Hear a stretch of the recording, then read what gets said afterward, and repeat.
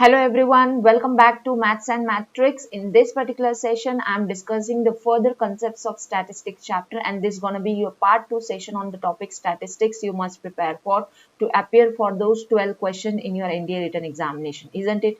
तो इस सेशन में हम डिस्कस करने वाले कोरिलेशन के बारे में, बट कोरिलेशन आता बाद में, हमें पहले पढ़ना रहता है डिस्पर्शन के बारे में. तो अब ये डिस्पर्शन क्या चीज है? This is all about the measure of the change that exists of each data point from the provided mean of the data. मतलब क्या है, इसका मतलब क्या है मैं समझाती हूँ. जैसे कि आपको समझो बहुत सारे डेटा पॉइंट्स है आपके हाथ में.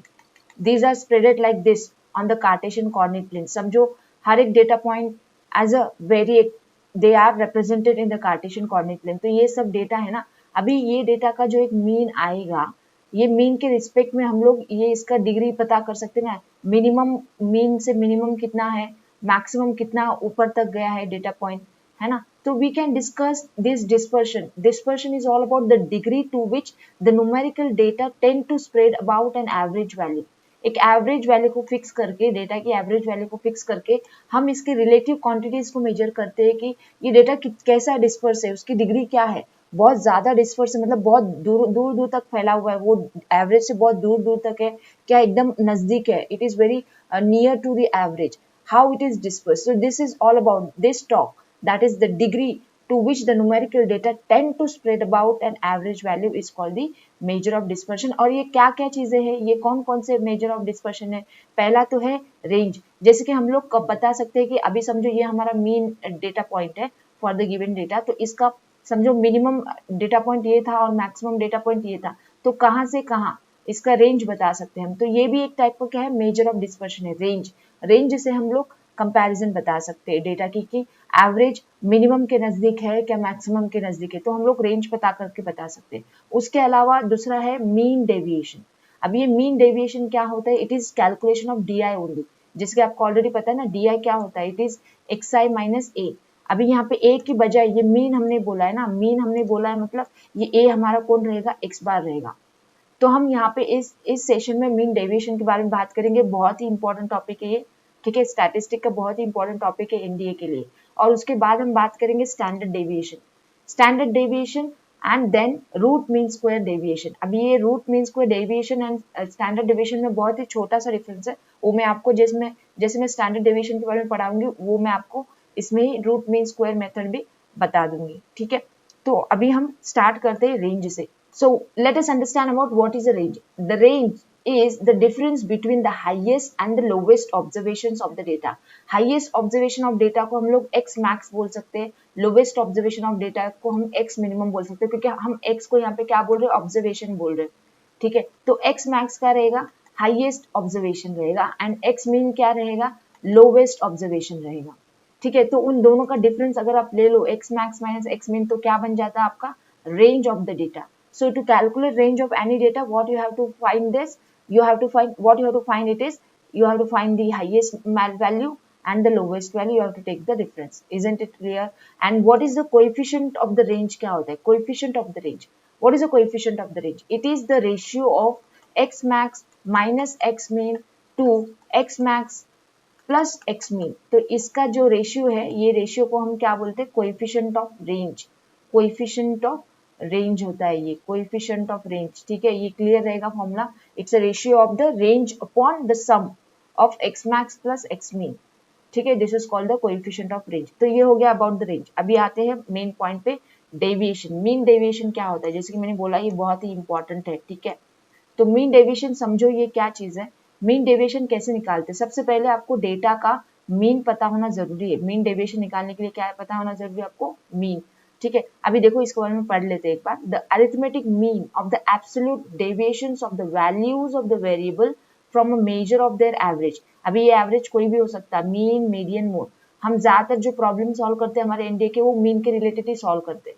अभी ये जो सेंट्रल मेजर्स ऑफ टेंडेंसी के लिए काम होता है, ये मीन डेविएशन का जो कंसेप्ट है, ये मेजर्स ऑफ सेंट्रल टेंडेंसी के लिए काम आता है. मीन के लिए भी आता, मीडियन के लिए भी आता, मोड के लिए भी आता. बट मैं यहाँ पे सिर्फ आपको पढ़ाने जा रही हूँ मीन के बारे में, ठीक है. और हम लोग मोड और मीडियन के बारे में भी यहाँ पे बता दूंगी शॉर्टकट में आपको. बट आपको ज्यादातर इंपॉर्टेंट क्या है यहाँ पे, मीन वाला है. ये क्या है, एब्सोल्यूट डेविएशन है, ठीक है. It's the arithmetic mean of the absolute deviation, ये इसमें ही आपको डेफिनेशन समझ में आ रहा है। Arithmetic mean of the absolute deviation, absolute deviation का मीन है वो। एब्सोल्यूट डेविएशन को सम करो, डिवाइड बाय कितने ऐड किए, डिवाइड बाय n करो, आपको मिल जाएगा व्हाट, द मीन डेविएशन।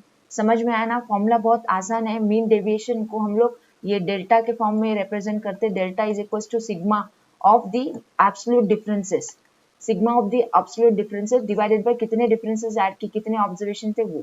तो ये हो गया आपका मीन डेविएशन। अभी देखो यहाँ पे ये जो x बार निकालते हैं ना, x बार क्या होता है, मीन होता है। तो x bar will be a when you are calculating से अज्यूम मीन मेथड से आप काम कर रहे हो तो a हमारा रहेगा x बार।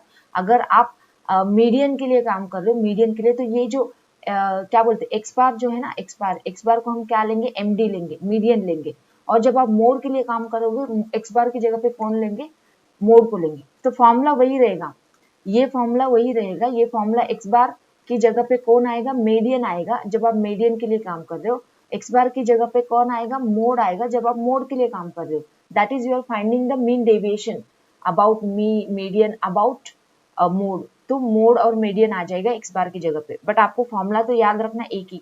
समझ में आएगा ये क्या फॉर्मूला है, दिमाग में एक बार रिवाइज कर लो। तो मीन डेविएशन ये ऐसा फॉर्मूला है जो कि एवरेज का ही फॉर्मूला है, but it is the average of the absolute deviations, average of the absolute deviations, it's the average of the absolute deviation। समझ लिया क्या? अभी 3 बार बोल के आपको समझ में आया क्या है ये? एवरेज है। एवरेज मतलब क्या होता है, सम अपॉन टोटल नंबर होता है ना एवरेज का मतलब। तो यहाँ पे सम किसकी लेनी है, एब्सोल्यूट डेविएशंस की लेनी है। डेविएशन क्या आपको पता है, xi माइनस x बार, ठीक है। तो एब्सोल्यूट डेविएशंस का सम divided by number of observation कर लो, आपको मिल जाएगा मीन डेविएशन।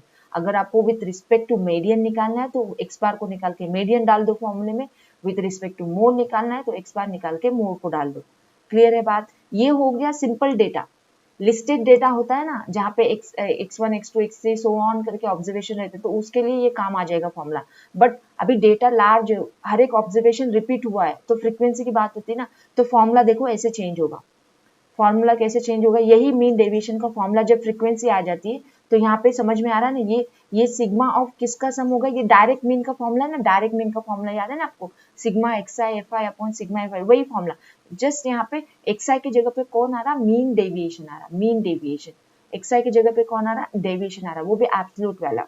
एक्सआई की जगह पे कौन आ रहा है यहाँ पे, एब्सोल्यूट वाला डेविएशन आ रहा, modulus of x i minus x bar. तो ये फॉर्मूला आप याद रख सकते हो कि नहीं, आसान है कि डायरेक्ट मीन का फॉर्मूला सबको याद रहेगा, उसको ही कनेक्ट करके फॉर्मूला याद रखना है कि ये मीन डेविएशन क्या है, it is the arithmetic mean of absolute deviations.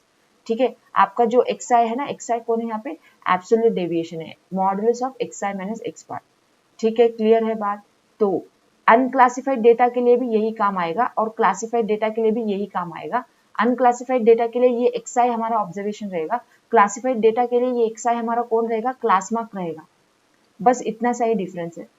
Unclassified data मतलब बिना इंटरवल वाला डेटा, बट वहां पे भी रिपीटेशन है, समझो ऑब्जर्वेशन 2 रिपीट हुआ है 10 टाइम्स, 3 रिपीट हुआ है 5 टाइम्स, लाइक दैट।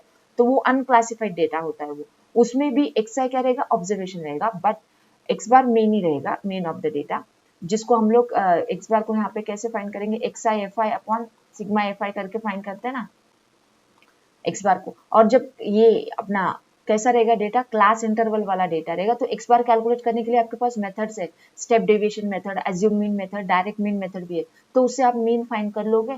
ठीक है, और यहाँ पे एक्स आई क्या रहेगा, मैं बता रही हूँ आपको, क्लास मार्क रहेगा, क्लास मार्क इंटरवल का क्लास मार्क रहेगा। बट फॉर्मूला है तो दोनों का सेम, समझ में आया ना, दोनों का फॉर्मूला सेम है। आपको दिखा क्या, दोनों का फॉर्मूला एकदम से सेम है।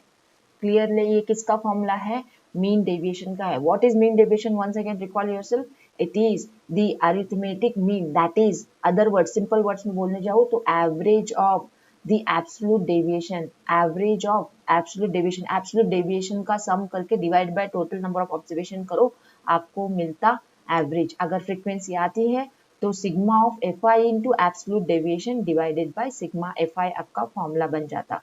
क्लियर है स्ट्रक्चर? तो इससे हमारा टॉपिक हो गया मीन डेविएशन खत्म। अभी आते हैं स्टैंडर्ड डेविएशन पे, हम लोग जिसके थ्रू वेरिएंस के बारे में भी पढ़ लेंगे, क्योंकि वेरिएंस और स्टैंडर्ड डेविएशन रिलेटेड है। स्टैंडर्ड डेविएशन का स्क्वायर करोगे तो वेरिएंस आता, इसका मतलब स्टैंडर्ड डेविएशन क्या होता है, positive square root of variance होता।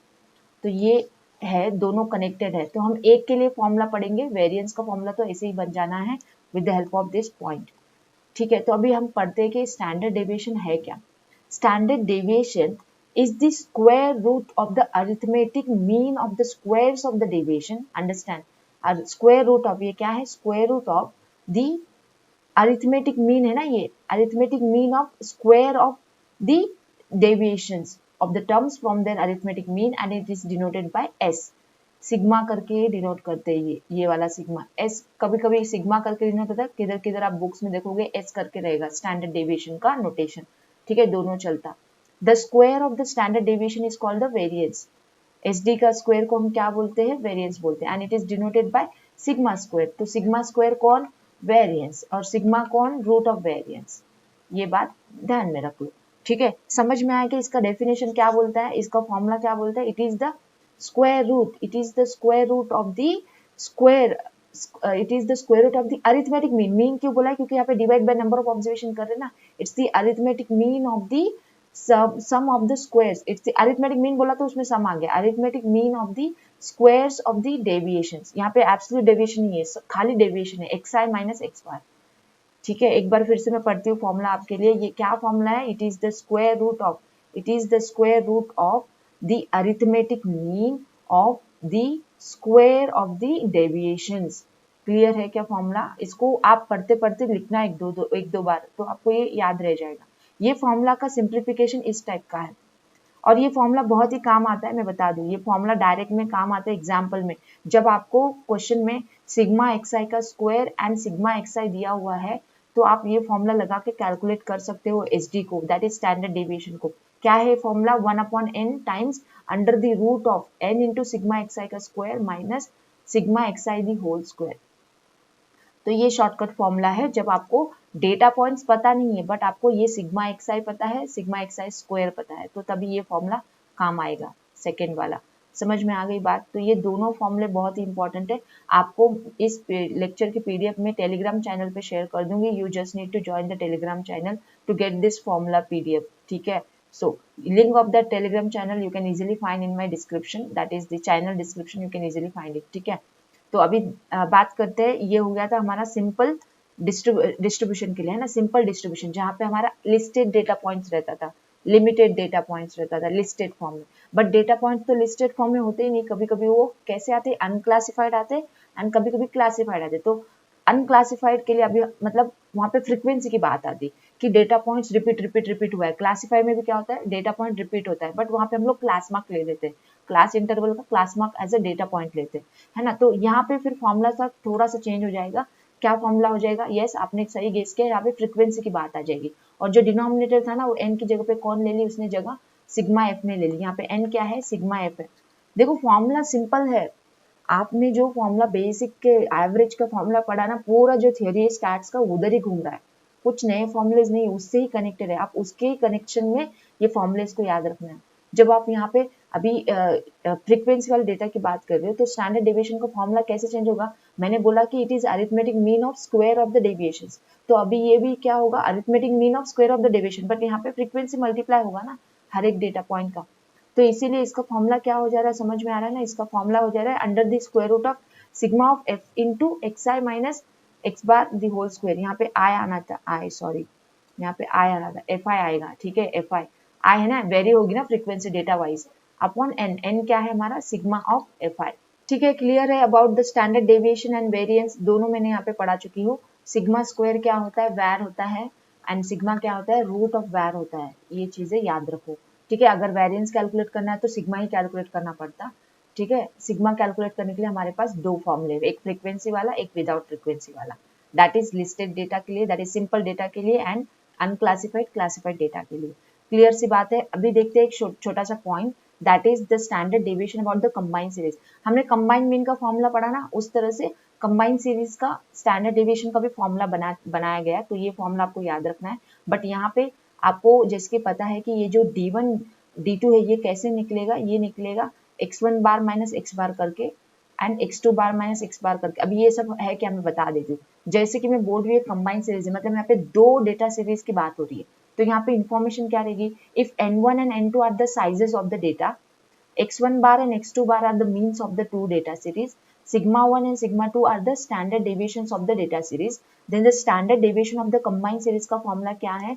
It is the square root of n1 into sigma 1 square plus d1 square plus n2 into sigma 2 square plus d2 square upon n1 plus n2. ये formula को एक बार 5 बार लिख के इसको याद कर लो, आसान है ये फॉर्मूला, ठीक है। कंबाइंड सीरीज का डेविएशन का फॉर्मूला। यहाँ पे d1 कैसे कैलकुलेट करना, x1 बार माइनस x बार, d2 कैसे कैलकुलेट करना, x2 बार माइनस x बार। अभी ये x बार क्या है, ये x बार क्या है, यहाँ पे मैं बता के रखी हुई। x बार जो है ना combined mean of the series है, कंबाइंड मीन का फॉर्मूला है ना आपके पास, x bar equal to n1 x bar, यहाँ पे x1 बार आएगा, sorry n1 x1 bar plus n2 x2 bar upon n1 plus x2। समझ में आया क्या? यहाँ पे मैं चेंजेस कर देती हूँ, यहाँ पे क्या आएगा, ये कंबाइंड मीन का फॉर्मूला है, तो n1 into x1 bar plus n2 into x2 bar upon n1 plus n2, ये हो जाएगा आपका कंबाइंड मीन का फॉर्मूला, जिसको आपको यूज करके d1 निकालना है, x1 बार माइनस x बार करके, d2 निकालना है x2 बार माइनस x बार करके, और ये फॉर्मूले में आपको पुट करना है to get the combined series का स्टैंडर्ड डेविएशन। ठीक है, हो गई बात। तो हमने अब तक क्या क्या पढ़ा, हमने यहाँ इसमें पढ़ लिया है the range, then mean deviation, then the standard deviation. अभी मैं बता दूं रूट मीन स्क्वायर क्या है, यहाँ पे इस फॉर्मूले पे आ जाते हैं। देखो ये फॉर्मूला हमने पढ़ा कि ये स्टैंडर्ड डेविएशन का फॉर्मूला है। अभी ये फॉर्मूला रूट मीन स्क्वायर में कब कन्वर्ट होगा, जब हम लोग, देखो यहाँ पे आरएमएस के बारे में लिख रही हूँ, ये हमें पोर्शन में उतना है नहीं क्योंकि अब तक इसके ऊपर क्वेश्चन नहीं आया, बट मैं फिर भी आपको हिंट देना चाहूंगी कि रूट मीन स्क्वायर क्या है।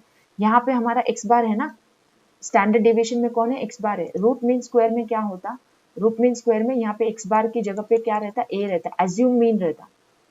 आपको पता है एज्यूम मीन क्या है, आप एक डेटा का एज्यूम कर लेते हो ना मीन, अगर समझो ऑड डेटा है तो जो मिडल वाला ऑब्जर्वेशन है वो ऑब्जर्वेशन एज्यूम कर लेते हो ना एज अ मीन, तो वो चीज है, बस सेम टू सेम फॉर्मूला रहेगा रूट मीन स्क्वायर का भी, बट यहाँ पे एक्स बार की जगह पे रहेगा एज्यूम मीन।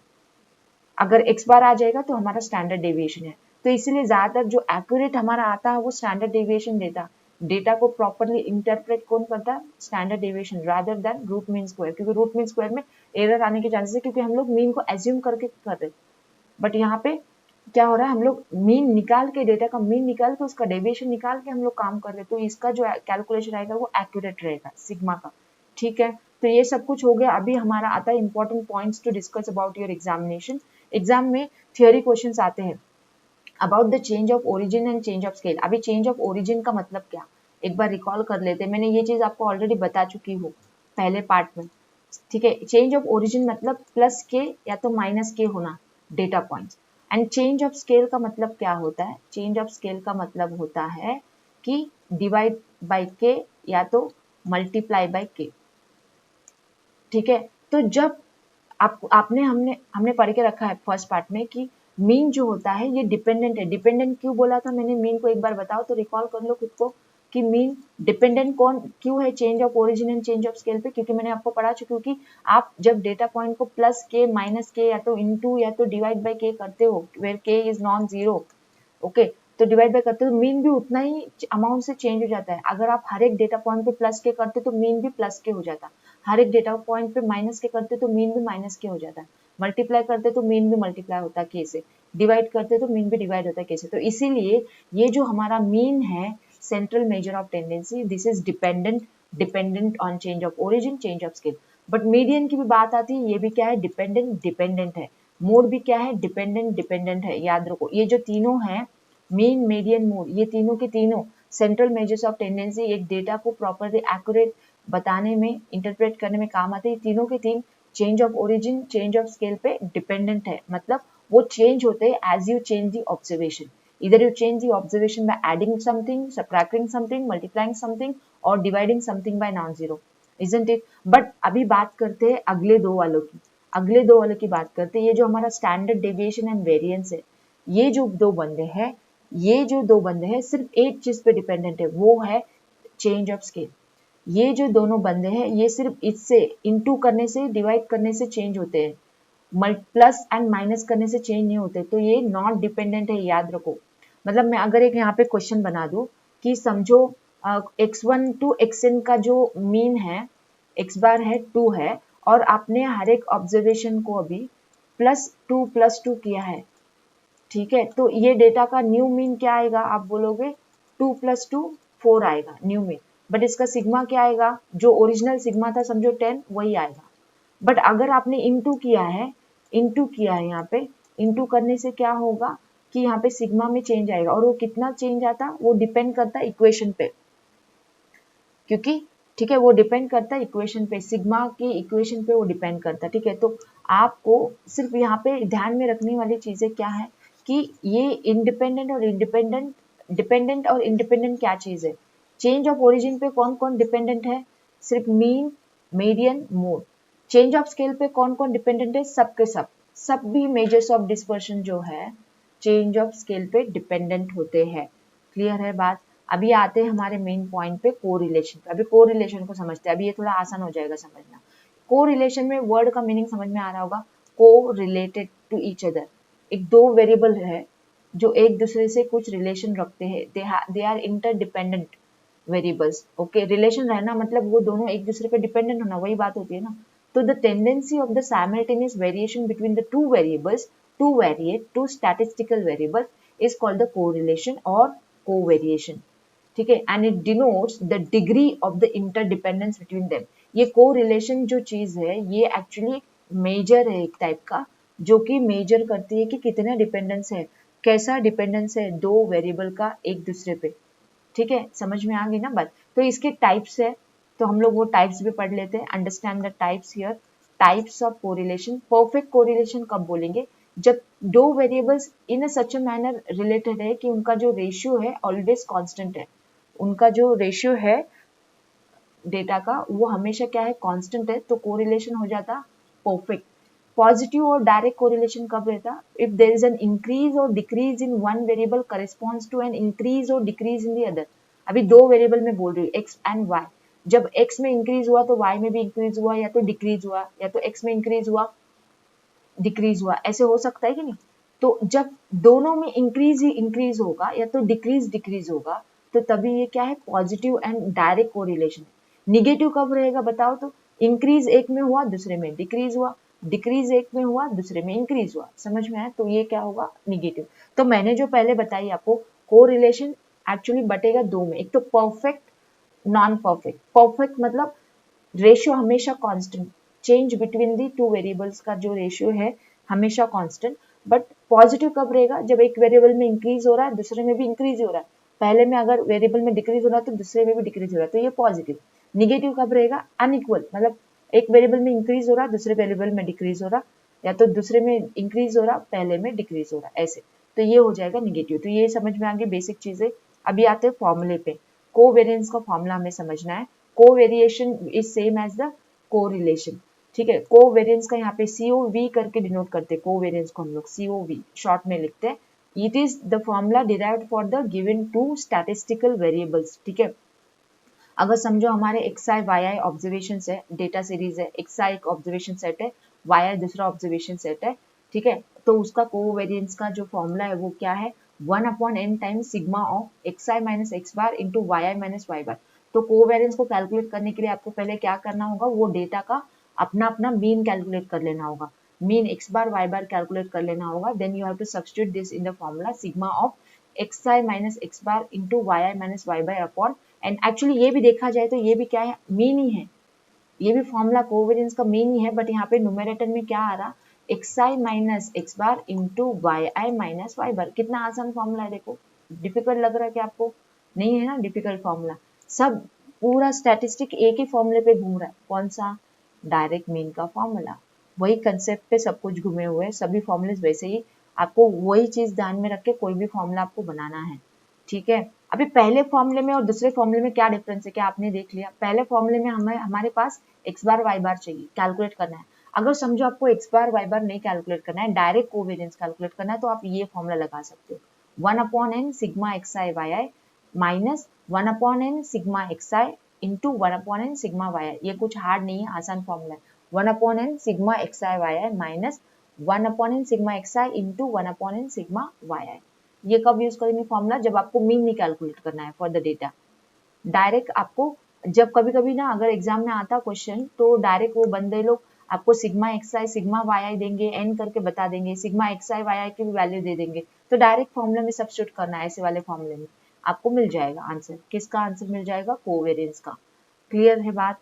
और भी कुछ फॉर्मूले हैं कोवेरियंस के जो हम समझेंगे अभी। और एक बहुत ही इंपॉर्टेंट पॉइंट है यहाँ पे मैं बता दूं, देखो हमने ये दो फॉर्मूले के बारे में ऑलरेडी पढ़ चुके हैं। So now let's talk about this important formula, correlation coefficient R X comma Y. Correlation coefficient को कैलकुलेट करने के लिए आपको क्या क्या पता होना जरूरी है? आपको पता होना जरूरी है कोवेरियंस ऑफ द डेटा, जिसको कैलकुलेट करने का फॉर्मूला मैं पढ़ा चुकी हूँ, upon sigma X into sigma Y. Sigma और सिग्मा वाई कैसे निकालना, ये स्टैंडर्ड डेविएशन ऑफ वेरिएबल का फॉर्मूला हमने ऑलरेडी पढ़ चुके हैं। It is also the arithmetic mean of the square of the deviations होता है सिग्मा, द स्टैंडर्ड डेविएशन, है ना। तो ये फॉर्मूलाज आपको सिर्फ ये एक वाला ध्यान में रख लो, ये याद नहीं रखेंगे तो भी चलेगा। क्यों? क्योंकि आपको पता है ना सिग्मा एक्स क्या रहेगा, root of variance of the variable X, है ना। तो ये फॉर्मूला अगर आप नहीं याद रखोगे तो भी चलेगा, इतना से याद रखो हो जाएगा। आर का फॉर्मूला क्या है? Covariance of X comma Y divided by sigma X into sigma Y. तो ये फॉर्मूला आपको यहाँ पे ध्यान में रखना है। क्लियर है क्या बात? तो इसके अलावा अभी हमें क्विकली रिवाइज कर लेना है प्रॉपर्टीज ऑफ कोरिलेशन को। ये जो आर है which is the ratio of the covariance and the standard deviations, ये जो आर है इसकी वैल्यू फिक्स्ड है। It will be lying from -1 to 1 only. It won't be above 1 and it won't be below 1. It can be 0, minimum -1 and maximum 1. Coefficient of correlation जो होता है R, इसकी value fixed है। ये क्या है आपको पता है ना, जैसे रेंज ऑफ साइन फंक्शन होती है ना, वही है। Range of coefficient of correlation is same as the range of sine function which is the close interval -1 to 1। Clear है? अभी जब ये मैक्सिमम 1 होती है तब हम बोलेंगे coefficient of correlation perfectly positive है। इसका मतलब आपको पता है ना, पॉजिटिव रहना मतलब इंक्रीज का इंक्रीज होना, डिक्रीज का डिक्रीज होना, गिवन टू वेरिएबल्स में। पहला इंक्रीज तो दूसरा भी इंक्रीज, दूसरा डिक्रीज को पहला भी डिक्रीज, काइंड ऑफ दैट। तो पॉजिटिव, परफेक्टली पॉजिटिव कोरिलेशन रहेगा तभी R equal to 1। R equal to -1 का क्या रहेगा? गेस करो। Perfectly negative. R equal to 0 का क्या रहेगा? इधर है देखो केस। R इक्वल टू 0 मतलब x and y are said to be uncorrelated. It does not imply that the two variates are independent. ये हमेशा याद रखो कि R इक्वल टू 0 है मतलब it is said to be uncorrelated, वो related नहीं है। बट इसका मतलब ये नहीं होगा कि वो इंडिपेंडेंट है पूरी तरह से, वो कुछ हद तक डिपेंडेंट है, बट यहाँ पे इसका जो कोरिलेशन जो वैल्यू है वो 0 है। ठीक है, और ये केस, ये तीन केस, ये और ये पॉइंट हमने पढ़ लिया। अभी देखो next, the coefficient of correlation is independent of the change of origin and change of scale. तो ये डेटा में फिर से आती हूँ, ये जो हमारा मैंने आपको एक चार्ट बना के दिया था ना, remember, you remember this chart, यहाँ पे आप आर भी ऐड कर लो। ये नॉट डिपेंडेंट है, ठीक है, समझ में? R is independent, not dependent मतलब independent. R is independent of the change of origin and change of scale. आप डेटा पॉइंट्स को प्लस माइनस करो या तो इंटू डिवाइड करो, वो डेटा पॉइंट में कुछ भी चेंज करने से जो ओरिजिनल वाला आर था वही आर रहेगा। क्योंकि ये क्या हो रहा है, ये एक रेशियो है ना, तो इसमें चांसेस कम है कि चेंजेस आ जाए, चेंजेस तो नहीं आएंगे इसमें। ठीक है, और दूसरा क्या है, the correlation coefficient has no unit because it is a pure number, it is the pure number, it is unitless. और इफ अगर r की वैल्यू -1 से अबव एंड बिलो 1 है, it indicates that the degree of linear relationship between x and y, मतलब x and y are linearly related, मतलब वो x and y क्या represent करेंगे, एक लीनियर इक्वेशन को रिप्रेजेंट करेंगे जब r की वैल्यू -1 से बड़ी और r 1 से छोटी होती। whereas its sign talks about the direction of the relationship। अगर r समझो -0.5 है तो लीनियर रिलेशनशिप बताएगा, बट वो निगेटिव डिग्री का बताएगा। It's talk about the negative direction। Okay, अगर r पॉजिटिव है 0.5 है तो ये पॉजिटिव डायरेक्शन ऑफ कोरिलेशन बताएगा। ठीक है, और दूसरी बात है यहाँ पे, if x and y are two independent variables then r equal to 0। ये बात याद रखो, अगर वेरिएबल्स इंडिपेंडेंट है मतलब वो एक दूसरे पे बिल्कुल भी डिपेंडेंट नहीं है तो उसका पक्का कोएफिशिएंट ऑफ कोरिलेशन 0 होना है। बट उसका रिवर्स ट्रू नहीं है, जो कि पॉइंट में यहाँ पे बना के दी कि r इक्वल टू 0 है मतलब वो अनकोरिलेटेड तो है but they are totally independent हम नहीं बोल सकते, कुछ हद तक वो डिपेंडेंट रहेंगे। We can produce the example but we are not interested into that deep study because we are not studying the actual science. हमें एटलीस्ट ये पॉइंट्स के बारे में जानकारी होना जरूरी है। क्लियर है बात? अभी आते हैं shortcut tricks from this particular session. आपको इस सेशन से कुछ और एक्स्ट्रा पॉइंट्स याद रखना है। ठीक है, अपार्ट फ्रॉम द फॉर्मूलाज जो मैंने आपको पढ़ाया, रेंज का फॉर्मूला, मीन डेविएशन का फॉर्मूला, स्टैंडर्ड मीन डेविएशन का फॉर्मूला, रूट मीन स्क्वायर का फॉर्मूला, और हमने क्या पढ़ा है इसमें, कोवेरियंस का formula and coefficient of correlation का फॉर्मूला। ये फॉर्मूला, ये लेक्चर होते ही आप क्या करो, एक पेपर पे लिख दो खुद से, ठीक है, you will understand and you can refer them later. But apart from that ये फॉर्मूला को भी आप लिखो, जिसको मैंने ट्रिक्स के फॉर्म में दिया है, क्योंकि मैंने ऑब्जर्व किया है कि प्रीवियस ईयर्स में, इंडिया के प्रीवियस ईयर्स पेपर्स में इस ये ऐसे डायरेक्ट फॉर्मूला के ऊपर भी क्वेश्चन आए, तो ये काम आएंगे आपको फॉर्मूलाज, ठीक है। The ratio of the standard deviation, that is sigma, and the arithmetic mean is called what? The coefficient of standard deviation. Coefficient of H D का फॉर्मूला क्या है, sigma upon x bar. Coefficient of H D का formula क्या है, sigma upon x bar. But अगर मैं इसको into 100 कर दूं तो इसको मैं बोलूंगी percentage form of the coefficient of variation. अगर मैं इसको इंटू कर दूं, क्या बोलूंगी मैं इसको, percentage of the coefficient of standard deviation, that is in other words it is called as the coefficient of variation. COV का परसेंटेज वाला फॉर्मूला है ये, सीओवी का परसेंटेज वाला फॉर्मूला है, कोएफिशिएंट ऑफ वेरिएशन है। और हमने जो देखा वो कोवेरिएंस, सॉरी यहाँ पे कंफ्यूज मत हो जाओ, सीओवी हम नहीं लिख सकते, ये क्या है, कोएफिशिएंट ऑफ वेरिएशन है, which is different than the COV. COV क्या होता है, सीओवी का फॉर्मूला हमने पढ़ के रखा, it is the sigma of X I minus x bar into Y I minus Y bar upon N होता है, कोवेरिएंस का फॉर्मूला। बट यहाँ पे कोएफिशिएंट ऑफ वेरिएशन की बात हो रही है, तो कोएफिशिएंट ऑफ वेरिएशन का फॉर्मूला क्या है, sigma upon x bar into 100, this is the percentage form. इसके ऊपर बहुत सारे प्रॉब्लम्स आ चुके हैं प्रीवियस पेपर में, आप चाहो तो मेरे वीडियोस में फाइंड आउट कर सकते हो, I have uploaded in my channel the previously solve papers of NDA, ठीक है। और एक पॉइंट है, the distribution for which the coefficient of variation is less is more consistent, ये पॉइंट याद रखो। The distribution for which the coefficient of variation is less, coefficient of variation अगर कम है इसका मतलब डेटा बहुत कंसिस्टेंट है, क्योंकि वेरिएशन कम है मतलब डेटा कंसिस्टेंट है, एवरेज के बहुत ही अच्छे से वो क्लोजली फैला हुआ है, okay, then that is called the, ये इसके ऊपर भी एक क्वेश्चन आ चुका है, आप एक प्रीवियस पेपर 2016 या तो 2017 का चेक कर लो, ठीक है, उन्होंने स्टेटमेंट दे के रखा था और बोला था कि कौन सा डेटा कंसिस्टेंट है, जिसका CoV that is the coefficient of variation, covariance है तो कोएफिशिएंट ऑफ द वेरिएशन जो लेस आता है, कोएफिशिएंट ऑफ वेरिएशन जिसका लेस आता है उसको हम बोलेंगे मोर कंसिस्टेंट डेटा, ठीक है, याद रखो। और standard deviation of first natural number का फॉर्मूला आपको ध्यान में रखना है तो ध्यान में रखो, this is the SD of first natural numbers, ठीक है, first and natural numbers under the root of N square minus 1/12, ये बहुत हेल्प करेगा। अगर नहीं याद है तो फॉर्मूला कैसे निकालोगे, आपको नेचुरल नंबर का सिग्मा तो पता होता है ना, सिग्मा पता होता है, सम, तो उसका सम से आप उसका मीन निकाल के डायरेक्ट फॉर्मूला में सब्स्टिट्यूट करो, एसटी के फॉर्मूले में एक्स आई माइनस एक्स बार का स्क्वायर अपॉन एन करके आपको कैलकुलेट करना पड़ेगा, थोड़ा सा लेंदी हो जाएगा बट ये फॉर्मूला इजी पड़ेगा, है कि नहीं, under the root of N square minus 1/12, तो ये इजी है, फॉर्मूला याद रखो, प्लस पॉइंट रहेगा आपके लिए। और हमने ऑलरेडी पढ़ लिया कि ये जो स्टैंडर्ड डेविएशन है it is independent of the change of origin, आप प्लस के माइनस के करने से एसडी चेंज नहीं होगा, बट कब चेंज होगा, जब आप इनटू और डिवाइड करते हो तो चेंज ऑफ स्केल से चेंज होता है। और एक ये छोटी सी चीजें है, quartile deviation 2/3 of standard deviation आपको दिमाग में रहता है तो वो रख लो, नहीं तो you can avoid this point for this time. और मीन डेविएशन जो है ये 4/5 ऑफ स्टैंडर्ड डेविएशन होता है, ये पॉइंट आप ध्यान में रख लो।